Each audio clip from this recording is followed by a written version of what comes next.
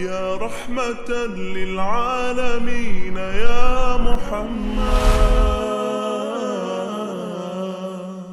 ناظرین السلام علیکم ورحمۃ اللہ وبرکاتہ. سیرت پروجیکٹ سیزن 1 ایپیسوڈ 5 گلگامش، اتنا بیشتم، زیوسدرا، اطرحاسس اور اداپا کے قصوں میں تخلیق کا تذکرہ.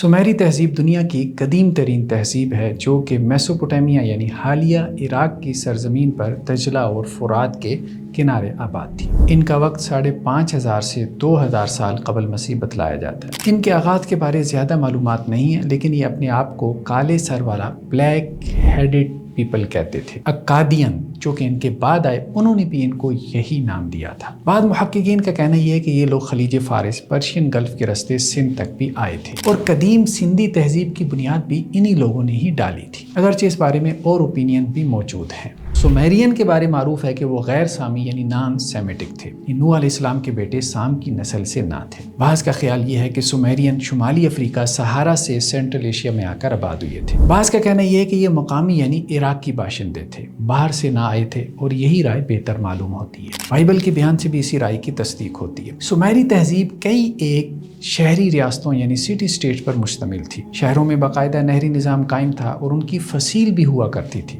ہر شہر میں ایک معبد یعنی ٹیمپل بھی ہوتا تھا. طوفان نوح سے پہلے ان کے 5 شہر مشہور تھے جن کے نام اریدو، بات تبیرہ، لاراک، سپار اور شرپاک ہیں. بات تبیرہ کو بادشاہ اور نامو نے تعمیر کیا تھا کہ جس نے ار کی بھی بنیاد رکھی تھی. لاراک کے بارے میں زیادہ معلومات نہیں ہیں. سپار فرات کے کنارے آباد تھا اور یہاں سورج کی عبادت کی جاتی تھی. اور نمو کے ضابطۂ قوانین یعنی کوڈ آف لائف کے بارے میں کہا جاتا ہے کہ یہ نون ہسٹری کا پہلا قانون اور ضابطہ ہے. اس قانون میں قاتل، ڈاکو اور شادی شدہ عورت کے زنا کی سزا قتل بیان کی گئی. اس کے علاوہ جرائم میں قانون قصاص یعنی ریٹیلیشن کا قانون موجود نہیں ہے، بلکہ کسی کو چوٹ لگانے پر اس کا عضو ضائع کرنے پر عموماً مالی جرمانہ عائد کیا جاتا تھا. ان میں باقاعدہ شادی کا رواج تھا اور ان کے شہروں میں شادی کے بغیر تعلقات قائم کرنے یعنی ایکسٹرا میریٹل ریلیشن شپ پہ مالی سزائیں بھی عائد ہوتی تھی. یہ سومر زبان بولا کرتے تھے اور اسی نسبت سے سومیری کہلاتے تھے. بعض محققین کا کہنا یہ ہے کہ اس زبان کا استعمال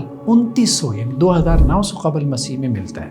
سومیرین کے بعد اکادین نے جب ان کی جگہ لی تو ان کی زبان بھی سامی ہی تھی اور یہ 2000 قبل مسیح میں ہوا. سومیریوں نے کاشتکاری کو فروغ دیا، مٹی اور دھات کے برتن بنائے. یہ اون اور کپڑا بننا بھی جانتے تھے. میوزک سے ان کو خاص دلچسپی تھی.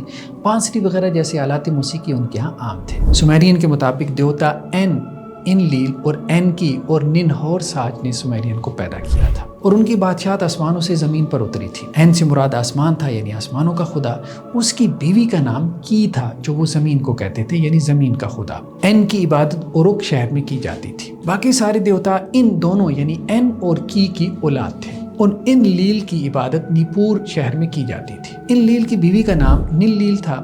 ان لیل پانی، ہوا اور طوفان کا دیوتا تھا. این کی پانی، سمندر، صنعت اور دانش کا خدا تھا، جبکہ ننہور ساج تخلیق اور پیدائش کی دیوی یعنی کریشن کی دیوی تھی. این کی کو اکادین کے ہاں ای آ بھی کہا جاتا تھا. یہ اریدو کا بادشاہ تھا اور اس نے انسانوں کی زبانوں میں اختلاف ڈال دیا تھا. اریدو کے بارے میں یہ بھی تختیوں میں یعنی ٹیبلٹس میں لکھا ہے کہ جب بادشاہت آسمانوں سے اتری تھی تو اریدو شہر میں اتری تھی. یہ شہر بھی حالیہ عراق میں ہے.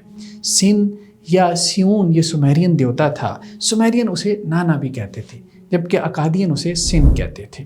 سن سے ان کی مراد چاند تھی اور یہ مذکر دیوتا تھا. اس کی بیوی کا نام ننگل تھا. ان دونوں کی 2 اولادیں بھی تھیں، شمس اور اشتار کے نام سے. اشتار کو انانا بھی کہتے تھے. اکادین شمس کو شمس کہتے تھے جبکہ سومیرین اسے اوٹو کا نام دیتے تھے. شمس یعنی اوٹو کی عبادت میسوپوٹیمیا میں کی جاتی تھی. اس کے بارے عقیدہ یہ تھا کہ جو کچھ دنیا میں ہوتا ہے یہ اس کو دیکھتا ہے، لہذا شمس عدل اور مسافروں کی حفاظت کا ذمہ دار خدا تھا. سومیرین کے بعد اکادین آئے تھے جو 20ویں سے 22ویں صدی عیسوی میں اکادین عروج پر تھے. ان کا مرکز اکاد تھا جو حالیہ عراق کا ایک شہر تھا. زمانے عروج میں اکادین 2,50,000 مربع کلومیٹر پر ان کی سلطنت پھیلی ہوئی تھی. آدم کی پیدائش اور جنت میں رکھے جانے کا قصہ ہمیں سومیرین تہذیب کی قدیم ترین نظم یعنی ایپک آف گلگمش میں بھی ملتا ہے۔ گلگمش کا معنی مرد رشتہ دار یعنی کنز مین بھی کیا جاتا ہے۔ یہ نظم بابل یعنی بیبلن شہر کی کھدائی کے دوران 1300 BC کے زمانے میں لکھی گئی تختیوں پر ملی ہے۔ ایک رائے کے مطابق یہ کہانی تقریباً 4000 سال قبل مسیح میں لکھی گئی تھی کہ جسے 2000 سال قبل مسیح میں دہرایا گیا تھا۔ 2200 سے 1000 قبل مسیح تک کے عرصے کے دوران اس کہانی کے مختلف ورژنز دریافت ہوئی ہیں کہ جن میں کچھ باتیں کامن ہیں جبکہ کچھ باتیں مختلف ہیں، کہ جس کا مطلب یہ ہے کہ یہ ایک لوک کہانی تھی جو وقت کے ساتھ ساتھ اپنی جزیات میں پرٹیکولرز میں بدلتی رہی۔ اس کہانی کے بعض ورژن میں یہ بات موجود ہے کہ انکیدو گلگمش کا نوکر ہے، جبکہ بعض ورژن میں یہ ہے کہ انکیدو ایک جنگلی انسان ہے۔ اس وقت اس کہانی کا جو ترجمہ ہمارے پاس موجود ہے وہ کئی ایک سورسز کا ملغوبہ ہے۔ واضح رہے کہ عراق کے کئی ایک شہروں کی کھدائی کے دوران اب تک 2.5 سے 10 لاکھ تک کی تختیاں یا اس سے بھی زیادہ تختیاں اور ٹیبلٹس برآمد ہو چکی ہیں۔ گلگمش دریائے فرات کے کنارے آباد اورک شہر کا بادشاہ تھا۔ وہ بہت طاقتور اور جابر ہے۔ آسمانی دیوتا کو انسانوں کے اوپر رحم آتا ہے۔ وہ تخلیق کی دیوی کو حکم دیتا ہے کہ وہ مٹی سے ایک انسان تیار کرے جو گلگمش کی طاقت کو چیلنج کرے۔ تخلیق کی دیوی نے مٹی اور لعاب سے انکیدو کو پیدا کیا جو جنگلوں میں رہتا ہے۔ متمدن دنیا کے بادشاہ گلگمش کو اس جنگلی انسان کی خبر ملتی ہے اور وہ انکیدو کی طرف ایک برہنہ عورت کو بھجواتا ہے تاکہ انکیدو اس عورت کی طرف راغب ہو اور وہ عورت اس جنگلی انسان کو مہذب یعنی سیولائز بنائے۔ اس عورت کا نام شمہت ہے۔ انکیدو اس عورت کو برہنہ دے کر اس کی طرف راغب ہوتا ہے اور اس سے ہفتہ بھر تعلق قائم کرتا ہے، اور وہ عورت اسے تہذیب سکھا کر متمدن دنیا میں لے آتی ہے۔ اس عورت کے ذریعے انکیدو کو گلگمش کے جبر اور ظلم کا علم ہوتا ہے، تو انکیدو گلگمش سے کشتی لڑتا ہے، لیکن انکیدو اس سے شکست کھا جاتا ہے اور اس کے بعد گلگمش کا دوست بن جاتا ہے۔ اس کے بعد دونوں یعنی انکیدو اور گلگمش مل کر 6 دن کی مہم جوئی پر نکلتے ہیں اور وہ ایک مقدس جنگل کا سفر کرتے ہیں جو کہ دیودار کے درختوں کا جنگل ہے۔ اس جنگل میں ایک مقدس درخت ہے کہ جسے انہوں نے اکھاڑنا ہے۔ اس جنگل کا رکھوالا ہم بابا ہے۔ ینگ کی دیوی آسمانوں سے ایک بیل بھیجتی ہے تاکہ گلگمش کو سبق سکھایا جا سکے۔ انکیدو اور گلگمش دونوں مل کر اس بیل کو مار دیتے ہیں اور اشتہار دیوی اس کے جواب میں انکیدو کو مار دیتی ہے۔ یہ کہانی کا نصف اول ہے۔ کہانی کا دوسرا حصہ یہ ہے کہ گلگمش کو انکیدو کی وفات کا اتنا صدمہ ہوتا ہے کہ وہ ہمیشہ کی زندگی ایٹرنل لائف کو پانے کی تلاش میں نکل کھڑا ہوتا ہے۔ اس کی ملاقات سدوری سے ہوتی ہے۔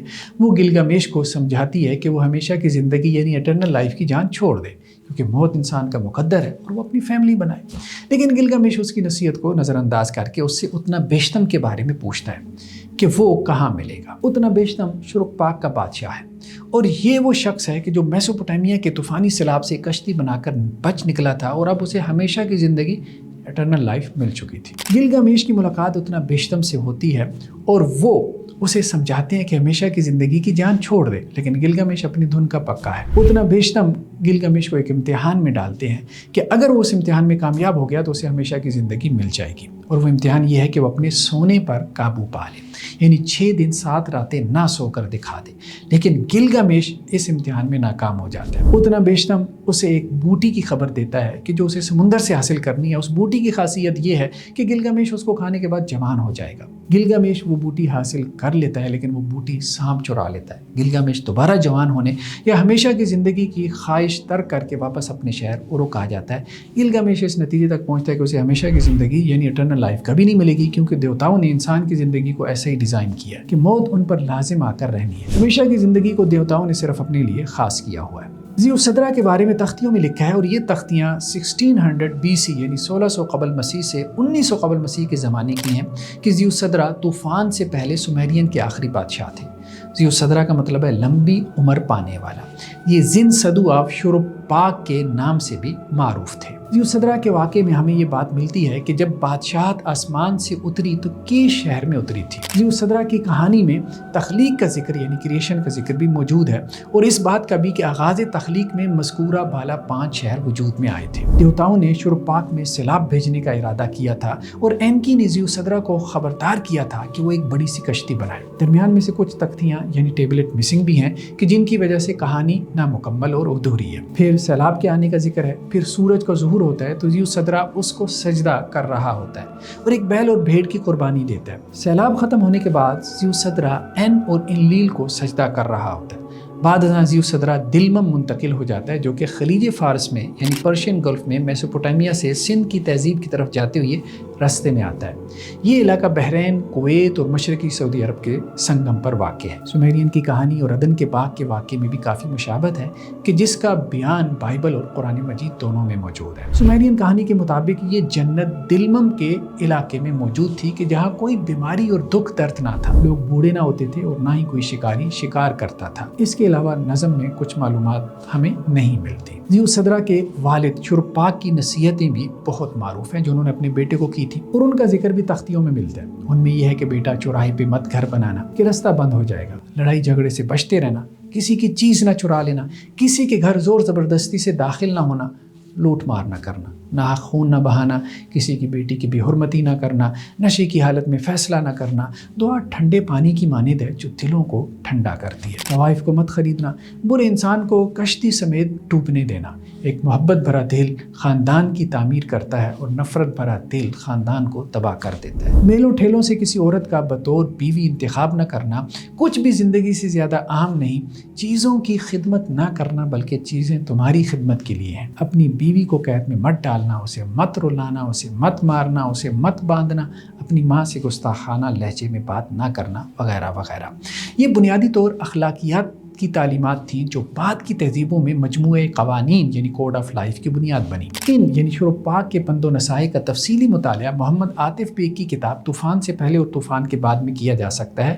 یہ ماقبل اس تاریخ پر ایک عمدہ کتاب ہے۔ اطراحاسس جو کہ اکادین تہذیب کے باقیات کی ایک رزمیہ نظم ہے کہ جس کے تقریباً 1650 BC یعنی 1650 قبل مسیح کے دور کے نسخے دریافت ہوئی۔ اس میں بھی آدم کی پیدائش کا قصہ موجود ہے۔ اطراحاسس نام کا ایک معنی دور دراز کی خبریں سننے والا ہے۔ اس قصے کے مطابق انو، انلیل اور ان کی یعنی آسمان، زمین اور تازہ پانی کے دیوتاؤں نے کریشن کی ابتدا کی۔ زمین کی دیوی نے کچھ خدائی طاقتوں کے حاملین جن سے جنات مراد لیے جا سکتے ہیں کو دریا اور نہریں نکالنے پر مامور کیا۔ 40 سال بعد انہوں نے یعنی ان خدائی طاقتوں کے حاملین نے بغاوت کر دی اور کام کرنے سے انکار کر دیا۔ ان باغیوں کے لیڈر کا نام تیکیر تھا۔ ان کی جو کہ دانش کا بھی خدا ہے اور باقی دیوتاؤں کا مشیر بھی ہے، وہ مشورہ دیتا ہے کہ دیگیر کو سزا دینے کے بجائے انسان کو پیدا کیا جائے۔ دیوتا مامی نامی دیوی کی ڈیوٹی لگاتے ہیں کہ وہ مٹی اور خون سے انسان کی تخلیق کرے۔ اس قصے کی ایک اور تختی میں طوفان نوح کا بھی ذکر ہے کہ ان کی اطراحاسس کو خبر دیتا ہے کہ ان لیل نے انسانوں کی تباہی کا فیصلہ کر لیا اور ساتھ ہی ان کی اطراحاسس کو ایک کشتی بنانے کا بھی مشورہ دیتا ہے۔ اطراحاسس اپنی فیملی اور جانوروں کے ساتھ کشتی میں داخل ہو جاتا ہے۔ 7 دن تک پانی کا طوفان جاری رہتا ہے۔ 7 دنوں کے بعد اطراحاسس دیوتاؤں کی خدمت میں قربانی پیش کرتا ہے۔ ایک اور کہانی اداپا کی بھی ہے جس کے مطابق طوفان نوح کے بعد بادشاہت کیش میں تھی، انسانوں کی رہنمائی کرنے والا کوئی نہ تھا۔ اداپا کا ظہور ہوا۔ اس لفظ کا معنی حکیم یعنی وائز اور صوفی یعنی سیج ہے۔ یہ اریدیو کے شہر میں انکی کے معبد کا پادری تھا، پریسٹ تھا۔ اسے دیوتاؤں کی طرف سے بہت حکمت وزڈم دی گئی تھی لیکن ہمیشہ کی زندگی اس کے پاس نہیں تھی۔ انکی نے غلطی کی پیدائش میں اداپا کو جنت کی طرف بھیجا اور اس کو پانی پینے اور کھانا کھانے سے منع کیا کہ ایسے کرنے سے اس کی موت واقع ہو جائے گی۔ اداپا کو اس باغ میں آب حیات یعنی واٹر آف لائف اور ہمیشہ کی زندگی عطا کرنے والا کھانا یعنی فوڈ آف لائف پیش کیا گیا لیکن اس نے انہیں نہیں کھایا۔ اداپا کی کہانی کو بھی آدم کی کہانی کے مشابہ بتلایا جاتا ہے۔ اداپا کی کہانی جن تختیوں سے ملی ہے وہ 1400 قبل مسیح کے زمانے کی ہے۔ خلاصہ کلام یہی ہے کہ گلگامش، اتنا بیشتم، زیوسدرا، اطراحاسس اور اداپا کے قصوں میں بھی تخلیق آدم کا ذکر ہے۔ ہم یہ بات کہہ سکتے ہیں کہ قدیم انسان نے جب اپنی تاریخ کو مرتب اور کمپائل کیا تو اس نے یہ کہیں نہیں کہا کہ وہ کسی ایوولوشن کا نتیجہ ہے، بلکہ اس انسان نے ہمیشہ یہی بات کی ہے کہ وہ کریشن کا ریزلٹ ہے اور اسے خدا نے پیدا کیا، کسی کریٹر نے اسے تخلیق کیا۔ انسان جب سے اس دنیا میں ہے اس نے نسل در نسل آگے بڑھنے کے ساتھ اپنی آنے والی نسلوں کو اپنی اوریجن کے بارے میں خبر دی ہے۔ یہ ممکن نہیں ہے کہ قدیم انسان نے اپنی بعد والی انسانوں کو یہ نہ بتلایا ہو کہ وہ اس پلانٹ ارتھ پر کہاں سے آ گیا اور کیسے آ گیا۔ ہم یہ بیانیہ نیریٹو اختیار نہیں کر سکتے کہ پہلی نسل انسانی سے انسانیت تو نسل در نسل چلتی آ رہی ہے لیکن پہلی نسل نے دوسری نسل کو یہ کبھی نہیں بتلایا تھا کہ وہ کہاں سے ٹپک پڑے تھے۔ یہ ممکن ہی نہیں ہے بلکہ عقلاً محال ہے کہ انسان نے اپنی بعد والی نسلوں کو اپنی ابتدا اور اوریجن کے بارے میں نہ بتلایا۔ لہذا انسان کی زمین پر ابتدا کیسی ہوئی؟ جمیع قدیم تہذیبوں کے تاریخی بیانیوں یعنی نیریٹوز کا خلاصہ یہی ہے کہ انسان تخلیق کا نتیجہ اور ثمر ہے۔ اللہ عز و جل سمجھ عطا فرمائے۔ جاری ہے۔ جزاکم اللہ خیر۔ یا رحمتا للعالمین یا محمد